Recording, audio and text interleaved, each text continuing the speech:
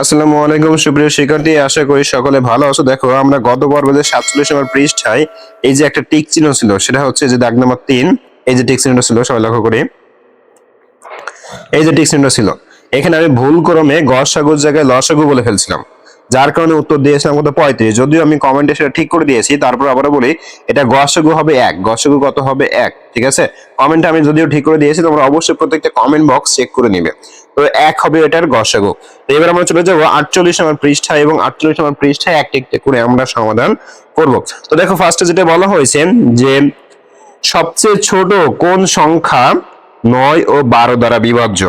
অর্থাৎ এমন একটা সংখ্যা আছে যেটা সব থেকে ছোট এবং সেটা 9 দ্বারাও ভাগ করতে পারবো, 12 দ্বারাও ভাগ করতে পারবো। তো এখন দেখো আবারও বলি, এই ছোট কথাটা থাকলে, সর্বনিম্ন কথাটা থাকলে, ছোট সর্বনিম্ন এই কথাগুলো থাকলে আমরা লসাগু করি। কি করি? লসাগু করি। তাহলে আমরা বলতে পারি যে উক্ত সংখ্যাটি হবে 9 এবং 12 এর লসাগুর করলে।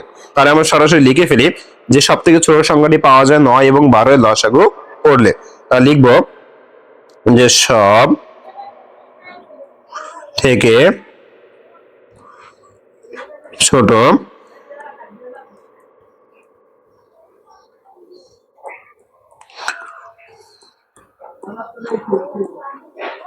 সংখ্যাটি, আমি একবারে লিখে দেখাচ্ছি তোমাদের। তো সুপ্রিয় শিক্ষার্থী খেয়াল করে এখানে লিখেছি যে সব থেকে ছোট সংখ্যাটি পাওয়া যাবে 9 ও 12 এর লসাগু করলে। তো 9 ও 12 এর লসাগু আমরা কিন্তু গুণিতক প্রক্রিয়া করতে পারি, আবার ইউক্লিড প্রক্রিয়া করতে পারি। তোমরা যেভাবে খুশি সেভাবে করতে পারো, আমি তোমাদেরকে এইভাবে শিখিয়ে দিচ্ছি কারণ এটা সব থেকে সহজ প্রক্রিয়া। এখন দেখো লসাগুর সময় বাইরে যতগুলো অঙ্ক থাকে ততগুলোকে আমাকে কি করতে হয়? গুণ করতে হয়। এখন দেখো এই দুইটা সংখ্যাকে ভাগ করা যায়, এমন একটা সংখ্যা দিয়ে আমরা ভাগ করছি, সেটা হচ্ছে 3। এরপরে ভাগ করার পরে এখানে 3 পাইছি, এখানে 4 পাইছি, আর ভাগ করা যাচ্ছে না, যেহেতু যাচ্ছে না সেটা আমরা এখন কি করবো? গুণ করবো। এখন খেয়াল করি 3 গুণ করলে হয় 9, আর 4 নং গুণ করলে হয় কত? 36। তার মানে বলতে পারি সেই সব থেকে ছোট সংখ্যাটি হচ্ছে 36। এবার আসি এরপরে, দেখো বলা আছে পঞ্চম শ্রেণীর 18 জন ছেলে, পঞ্চম শ্রেণীতে রয়েছে 18 জন ছেলে, 27 জন মেয়ে রয়েছে, এবং তাদের মাঝে আমি সমান ভাগে ভাগ করে দিতে যাচ্ছি। কি দিতে যাচ্ছি? চকলেট। তাহলে যদি ভাগ করে দিতে, সর্বনিম্ন কতজন চকলেটটি পাবে? তার মানে সর্বনিম্ন কতজন, ভালোই বুঝি, সর্বনিম্ন কতজন চকলেট, সরি সর্বনিম্ন কতটি চকলেট লাগবে, একটু মিস্টেক হয়েছে, যে আমাদের ছেলে হচ্ছে 18 জন, মেয়ে আছে 27 জন। এখন বলা হয়েছে আমরা যদি এটা সমান ভাগে ভাগ করে দেই তাহলে সর্বনিম্ন কতটি চকলেট লাগবে, কতটি চকলেট লাগবে। তাহলে দেখো সর্বনিম্ন বলা হয়েছে, এটা আমাকে কি করতে হবে? লসাগু করতে হবে। তো চলো এটাও যেভাবে লিখতে হবে সেটা আমি লিখিয়ে তোমাদেরকে দেখিয়ে দিচ্ছি। তো সবাই লিখে দেখো, আমি লিখেছি সর্বনিম্ন চকলেটের সংখ্যা পাওয়া যাবে 18 ও 27 এর লসাগু করলে। তো আমরা এখন লসাগু জন্য লিখেছি, দেখো এখন আমরা এটাকে 3 দ্বারা ভাগ করবো। তো 3 6 18, 3 নং 27, আবার আমরা 3 দিয়ে ভাগ করব। 3 দুগুণ 6, 3 তিরিখে 9, আর কিন্তু আমরা ভাগ করতে পারতেছি না। এখন আমরা বাইরে যে সংখ্যাগুলো রয়েছে এই সংখ্যাগুলো গুণ করব। তাহলে খেয়াল করি গুণ করলে কত হবে। তাহলে অতএব লসাগু সমান 3 গুণ 3 গুণ 2 গুণ 3, জাস্ট এটা গুণ করলে আমরা পেয়ে যাব।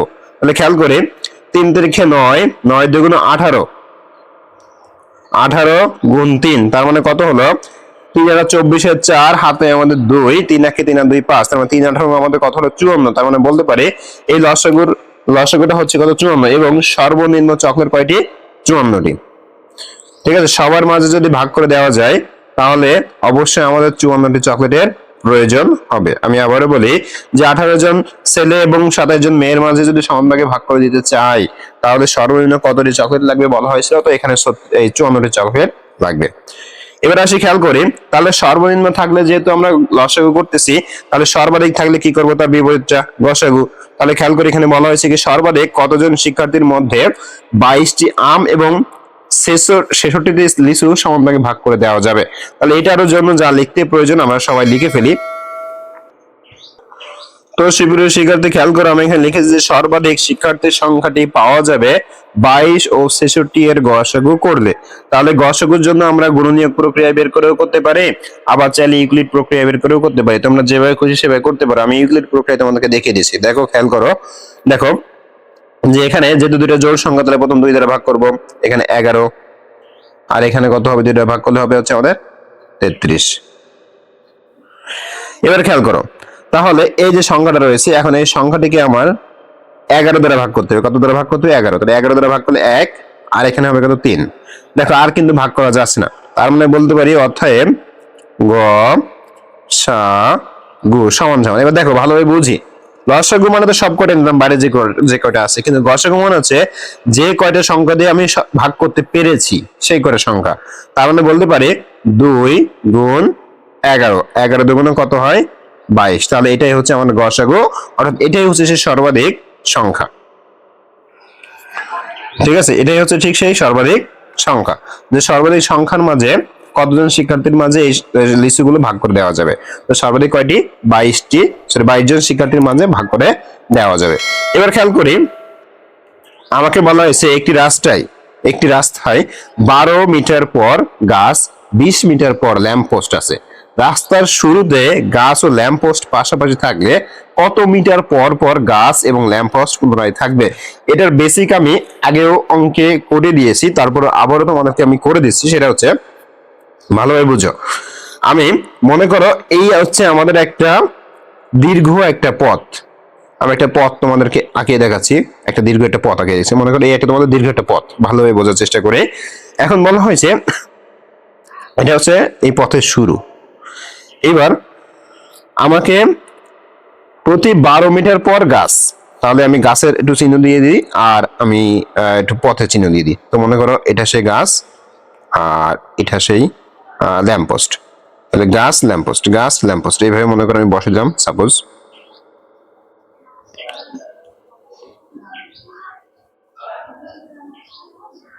দেখো খেয়াল করো, তাহলে এইভাবে মনে করো আমি বসাই দিলাম। তাহলে আমি কি বললাম?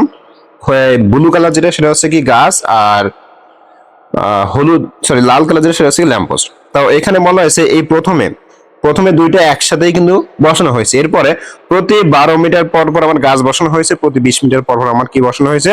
ল্যাম্পপোস্ট বসানো হয়েছে। অর্থাৎ এখান থেকে এটা 12 মিটার, আর এখান থেকে এটা 20 মিটার। ঠিক একইভাবে এখান থেকে এটা 20 মিটার, আবার এখান থেকে এটা 12 মিটার, এইভাবে মূলত বসানো হয়েছে।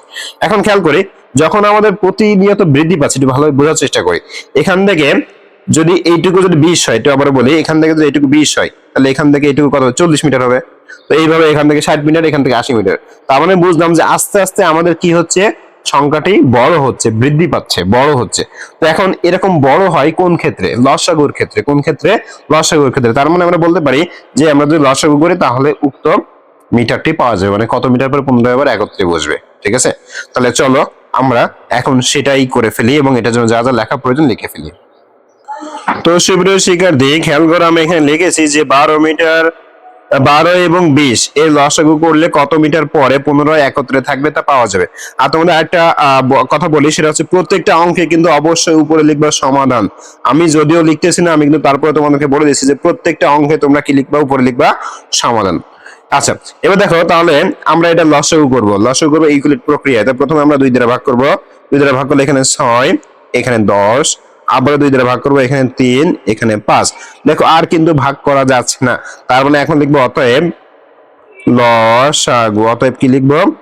লসাগু। তাহলে বাইরে যে সংখ্যাগুলো আছে সেগুলো আমরা গুণ করবো। তাহলে এই যে বাইরের সংখ্যাগুলো, তাহলে খেয়াল করি 2 গুণ 2, 2 গুণ 2 গুণ 3 গুণ 5। তাহলে এখন খেয়াল করি 2 আর 2 গুণ করলে 4 হয়, 4 আর 3 গুণ করলে 12 হয়, 12 আর 5 গুণ করলে 5 12 কত হয়? 60 হয়। তার মানে বলতে পারি যে লসাগু হচ্ছে কত? 60। এখন কথা হচ্ছে তাহলে কত মিটার পর একত্রে বসবে বা একত্রে থাকবে? তাহলে বলতে পারি গাছ ও ল্যাম্প পোস্ট পুনরায় পাশাপাশি থাকবে 60 মিটার পরে। কত মিটার পরে? তাহলে অতএব 60 মিটার পরে। কত মিটার পরে? 60 মিটার পরে। এই কিন্তু আমরা হয়ে গেল, খুব সহজে কিন্তু অঙ্কটা হয়ে গেল। একেবারে বেসিক ধরে তোমরা যদি অঙ্কগুলো করতে পারো, তাহলে কোনো অঙ্কেই তোমাদের সমস্যা থাকবে না, এবং কোনো অঙ্কই তোমাদের জটিল মনে হবে না। এবার আমরা আসি 13 নম্বর যে অঙ্ক। দেখো বলা হয়েছে 3টা ঘন্টা একত্রে বাজার পরে যথাক্রমে প্রথমটা হচ্ছে 15 মিনিট, তারপরটা 20 মিনিট, তারপরটা 25 মিনিট অন্তর অন্তর বাজে। ওই যেটা একটু আগে যে নিয়মটা করলাম সেটা। কতক্ষণ পর ঘন্টাগুলো আবার একসঙ্গে বাজবে? এই যে গাছের যে নিয়ম করছি ঠিক হুবহু সেম নিয়ম আমাকে এখানে করতে হবে। তো চলো আমরা সেম নিয়মটা করে ফেলি।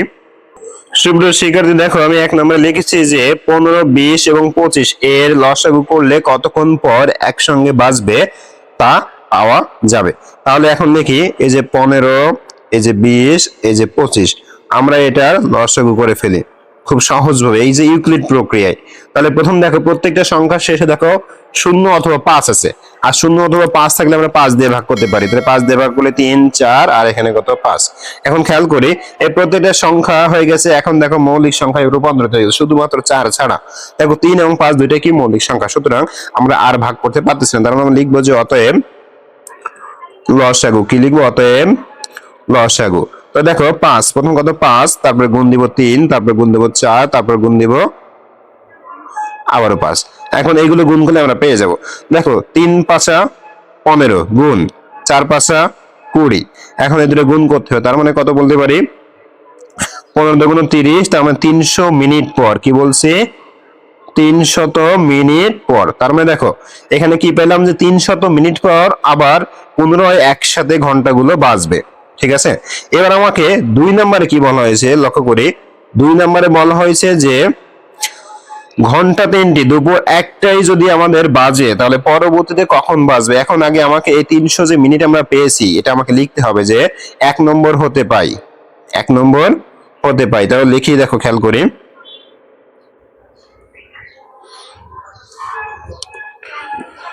খেয়াল করে 1 নম্বর হতে পাই লিখি, দাগ নাম্বার 2 দিয়ে লিখবো 1 নম্বর হতে পাই। 1 নং হতে পাই। 1 নং হতে কি পাই? খেয়াল করি 1 নং হতে পাই যে এই ঘন্টা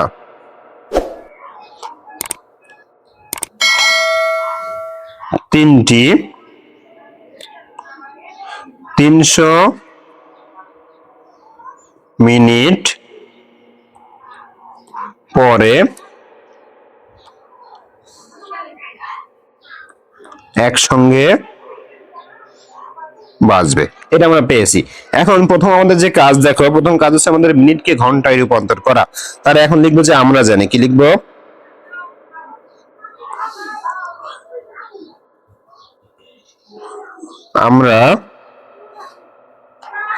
আমরা জানি। কি জানি? আমরা জানি 60 মিনিট সমান কত ঘন্টা? 1 ঘন্টা। এবার খেয়াল করি, তাহলে অতএব এটাকে আমরা একে প্রকাশ করবো। 1 মিনিট সমান সমান কি বলবো? 1/60 ঘন্টা। আর আমাদের চাইছে কত? 300 মিনিট। তো 300 মিনিট সমান সমান কি লিখবো? এই যে 300টা আমার একের সাথে যে উপরে গুণ হবে, একের সাথে আমাদের উপরে গুণ হবে, তার মানে কত? এই যে এটা।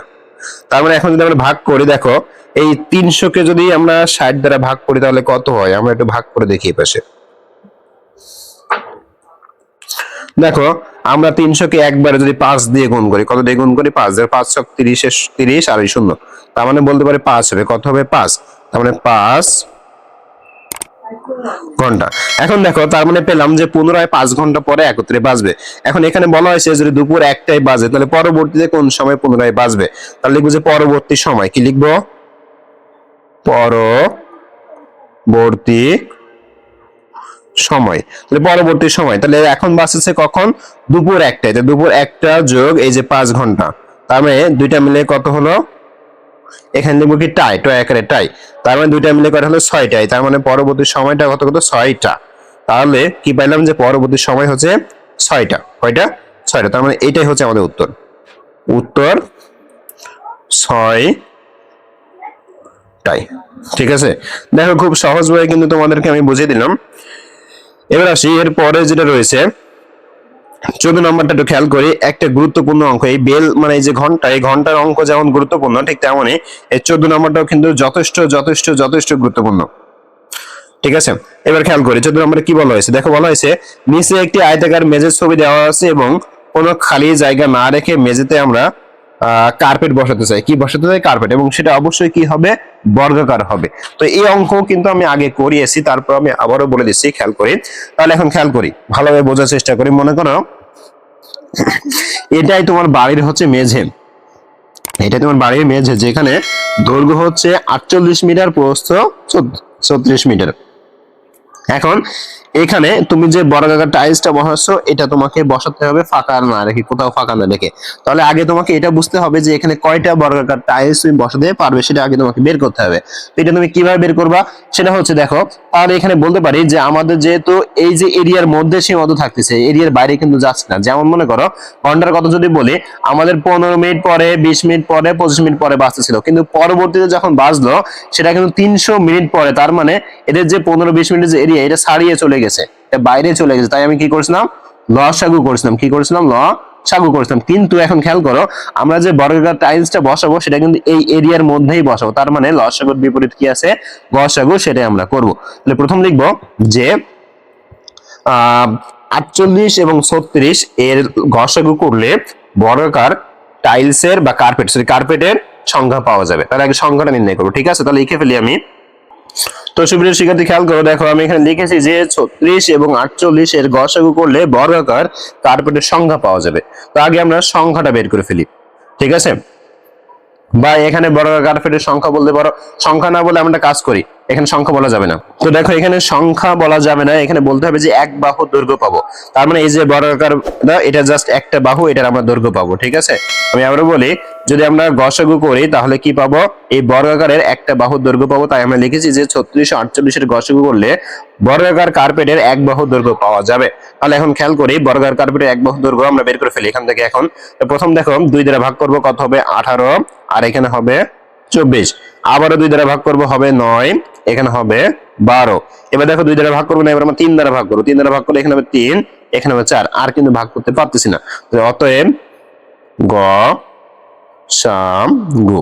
এখন খেয়াল করি, গসাগু হচ্ছে যে কয়টা সংখ্যা দিয়ে আমি ভাগ করতে পেরেছি, তো এই সংখ্যাগুলো দিয়ে ভাগ করতে পেরেছি, যার কারণে আমি ওই সংখ্যাগুলো লিখবো। তো 2 গুণ 2, 2 গুণ 2 গুণ কত, 3।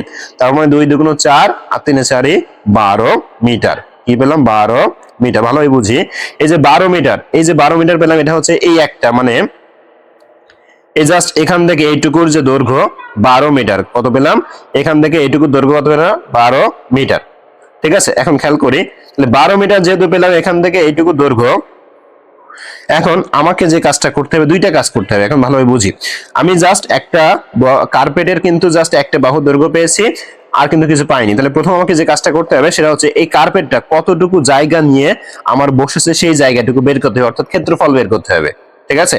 আর তারপরে যে কাজটা করতে হবে সেটা হচ্ছে এই যে মেঝে, এই মেঝে কতটুকু জায়গা নিয়ে রয়েছে সেটা আমাকে বের করতে হবে। তার মানে এটারও ক্ষেত্রফল করতে হবে। তো একটু খেয়াল করে দেখো, আমরা যখন কার্পেটের ক্ষেত্রফলটা নির্ণয় করবো, এটা হচ্ছে বর্গাকার, তার মানে বর্গাকার ক্ষেত্রের ক্ষেত্রফল দিয়ে কার্পেটের ক্ষেত্রফল নির্ণয় করব।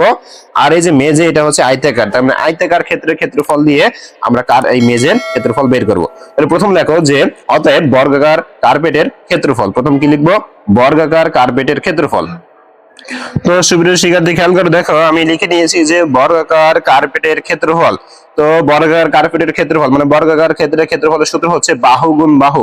তাহলে আমি যেহেতু এক বাহু দৈর্ঘ্য পেয়েছি 12, তার মানে বাহু গুণ বাহু মানে হচ্ছে 12 গুণ 12, তার মানে কত হবে, 144 বর্গ মিটার। এটা কিন্তু আমরা কার্পেটের যে জায়গাটুকু, মানে কার্পেট কতটুকু জায়গা দখল করেছে সেটা আমরা পেয়ে গেছি। এবার আমরা মেঝে কতটুকু জায়গা সেটা আমরা বের করব। তো মেঝে যেহেতু আয়তাকার, তাই আমি লিখেছি যে আয়তাকার মেঝের ক্ষেত্রফল। আয়তাকার মেঝের ক্ষেত্রফল হচ্ছে দৈর্ঘ্য গুণ প্রস্থ। আমাদের যদিও একটু আগে পরে দেওয়া হয়ে গেছে, ওটা কোনো ব্যাপার না, তোমরা চাইলে একভাবে সঠিক করে দিতে পারো, যে প্রথম হচ্ছে 48 গুণ পরে 36, এইভাবে তোমরা দিতে পারো। তার মানে হচ্ছে আমরা 48 আর 36 আমরা গুণ করব। তো 48 এবং 36 যদি আমরা গুণ করি কত পাই, খেয়াল করো, 1728 বর্গ মিটার, এটা আমরা পাচ্ছি। এখন দেখো খেয়াল করে ভালোভাবে বুঝি যে আমরা পুরো জায়গাটুকুর ক্ষেত্রফল পেয়েছি এবং এক একটা কার্পেট কতটুকু জায়গা দখল করতেছে সেটা আমরা পাইছি। এবার যদি আমরা কার্পেটের সংখ্যা বসাতে চাই বা সংখ্যা নির্ণয় করতে চাই, তাহলে আমাদের কতটি কার্পেট লাগবে সেটা আমরা কিন্তু জাস্ট ভাগ করে দিলে, দুইটা ক্ষেত্রফল যদি ভাগ করে দিই তাহলে আমরা পেয়ে যাব। তাহলে চলো সবাই শুরু করি। তো তবে দেখো, তার আগে শুরু করার আগে দেখো বলি, এখানে 1 নম্বরে বলা হয়েছে মেঝেতে বসানো যাবে এমন বৃহত্তম কার্পেটের এক বাহুর দৈর্ঘ্য কত। তো এই যে দৈর্ঘ্যটা হচ্ছে আমাদের, এই যে প্রথম থেকে শুরু করে আমি তোমাকে মার্কিং করে দেখা দিচ্ছি, এক দাগ হচ্ছে এই প্রথম থেকে শুরু করে এই পর্যন্ত, জাস্ট এইটুকু, সরি এক দাগ হচ্ছে এইটুকু, আমি আবারও দেখা দিচ্ছি, এক দাগ হচ্ছে এইটুকু, ঠিক আছে? এক দাগ হচ্ছে এইটুকু। তো এইটুকু করার পরে এবার যে দাগ নাম্বার 2, দাগ নাম্বার 2 বসাতে বলা হয়েছে যে সম্পূর্ণ মেঝেতে কার্পেট বিছানোর জন্য এরূপ কতটি কার্পেট লাগবে। তো প্রথম আমাকে আগে লিখে নিতে হবে কি, সেটাও আমি দেখা দিচ্ছি। তাহলে খেয়াল করো, প্রথম যে 2 নম্বরে সেটা লিখছি যে 1 নং হতে পাই এক বাহুর দৈর্ঘ্য লিখে 12 মিটার লিখছি এবং তারপরে এটার ক্ষেত্রফল নির্ণয় করছি এবং সেই সাথে সাথে আয়তাকার মেজেরও ক্ষেত্রফল আমরা নির্ণয় করছি। এবার আমরা কয়টা সংখ্যা অর্থাৎ আমাদের যে কার্পেট সেটা কয়টা লাগবে সেটা আমরা বের করব। তাহলে এবার ওর নিচে আমরা লিখবো যে কার্পেট লাগবে, কি লিখবো? কার্পেট লাগবে। তাহলে কার্পেট লাগবে লিখে দেখো, খেয়াল করে আমরা 1700, খেয়াল করে 1728 এটাকে ভাগ করব 144 দিয়ে।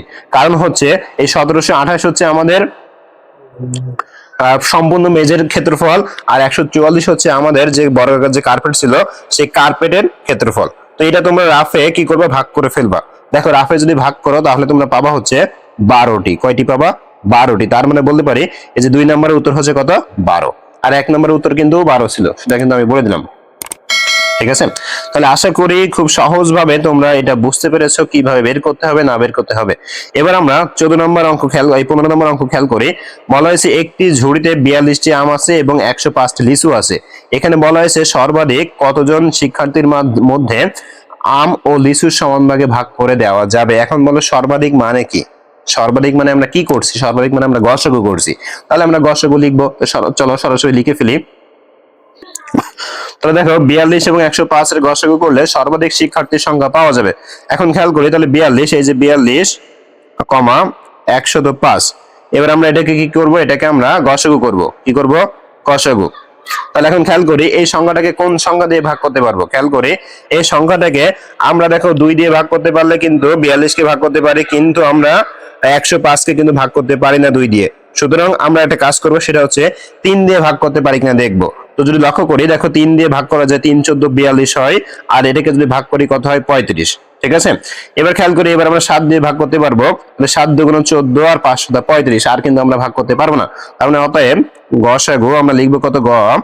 সাগু সমান সমান, খেয়াল করি তাহলে অতএব গসাগু সমান সমান আমাদের এই জাস্ট যেটা দিয়ে ভাগ করতে পেরেছি 3 এবং 7 দিয়ে ভাগ করতে পেরেছি, এটাই হচ্ছে আমাদের কি? গসাগু। তার মানে বলতে পারি যে আমাদের সর্বাধিক যে শিক্ষার্থীর সংখ্যা সেটা হচ্ছে 21 জন। কতজন? 21 জন। এবার খেয়াল করি প্রত্যেকে কতটি করে আম এবং লিচু পাবে। তাহলে আমাকে দাগ নম্বর 2 দিয়ে লিখতে হবে। খেয়াল করি দাগ নম্বর 2 দিয়ে লিখতে হবে 1 নং হতে পাই, 1 নং হতে পাই, কি পাই? যে খেয়াল করি 1 নং হতে পাই সর্বাধিক বা শুধুমাত্র শিক্ষার্থীর সংখ্যা। আমি আবারও বলি সর্বাধিক লিখতে পারো বা শুধুমাত্র শিক্ষার্থীও লিখতে পারো। সর্বাধিক শিক্ষার্থীর সংখ্যা। তাহলে সর্বাধিক শিক্ষার্থীর সংখ্যা কত পাইছি আমরা? খেয়াল করি সর্বাধিক শিক্ষার্থীর সংখ্যা আমরা পেয়েছি 35 জন, সরি 35 না 21 জন পেয়েছি। কতজন পেয়েছি? 21 জন। তাহলে 21 জন। এখন খেয়াল করো এই 21 জনের মধ্যে লিচু পাবে কয়টি করে এবং আম পাবে কয়টি করে সে তোমাকে বের করতে হবে। তাহলে প্রথম লিখবো যে আম পাবে, তাহলে লিখবো কি? আম পাবে, আম পাবে। আরেকবার দেখি এখানে বলা আছে প্রত্যেকে কয়টি করে, তাহলে লিখবো প্রত্যেকে আম পাবে। কি লিখবো? প্রত্যেকে, তাহলে প্রত্যেকে আম পাবে। তাহলে আমের সংখ্যা কত ছিল? আমের সংখ্যা ছিল 42। এটাকে আমরা ভাগ দিব কি দিয়ে? শিক্ষার্থীর সংখ্যা দিয়ে। তাহলে আমরা যেটা পাবো সেটাই হচ্ছে আমাদের আমের সংখ্যা। প্রত্যেকে কতটি করে পাবে? কতটি হবে? 2টি। তাহলে আমরা বলতে পারি যে প্রত্যেক শিক্ষার্থী 2টা করে আম পাবে। এবার ঠিক একইভাবে লিখবো যে প্রত্যেক শিক্ষার্থী লিচু পাবে। তা দেখো প্রত্যেক বা প্রত্যেকে লিচু পাবে, লিচু পাবে। এখন খেয়াল করে প্রত্যেকে লিচু পাবে, লিচুর সংখ্যা কত? 105। এটাকে ভাগ করবো কত দিয়ে? শিক্ষার্থীর সংখ্যা দিয়ে। তাহলে শিক্ষার্থীর সংখ্যা দিয়ে যদি ভাগ করি তাহলে কত হবে? খেয়াল করে 105 কে তোমরা একটা কাজ করো, শিক্ষার্থীর সংখ্যা দিয়ে ভাগ করো, অর্থাৎ শিক্ষার্থীর সংখ্যা কত? 21। তার মানে 105 ভাগ যদি তোমরা 21 দাও তাহলে তোমরা 5 পাবা। কত পাবা? 5। তাহলে সমান সমান 5। তাহলে আমরা দেখো উত্তর কিন্তু পেয়ে গেছি। উত্তর কি পেয়ে গেছি? পেয়ে গেছি যে কি প্রত্যেকে কয়টি করে আম ও লিচু পাবে। লিখবো উত্তর লিখবো যে প্রত্যেকে 2টি করে আম এবং 5টি করে লিচু পাবে। কি লিখবো? উত্তর লিখবো যে অতএব প্রত্যেকে 2টি করে আম এবং 5টি করে লিচু পাবে। কি পাবে? লিচু পাবে। তো সুপ্রিয় শিক্ষার্থী দেখো আজকের এই পর্বের মাধ্যমে আমাদের 3 নম্বর অধ্যায় কিন্তু শেষ করে ফেললাম একেবারে সহজভাবে। আশা করি প্রত্যেকটা অঙ্ক তোমরা খুব সহজভাবে বুঝতে পেরেছো। আর যদি কোথাও কোনো সমস্যা থেকে থাকে তাহলে অবশ্যই আমাদের ফেসবুক পেজ আছে সেম নামে MMIC স্পেস TECH, এখানে তোমরা মেসেজ করতে পারো স্ক্রিনশট সহকারে, আমরা তোমাদেরকে আবারও বুঝিয়ে দেওয়ার চেষ্টা করবো। তো আজকে ক্লাসটা এই পর্যন্ত, সবাই ভালো থাকো, সুস্থ থাকো, আল্লাহ হাফেজ।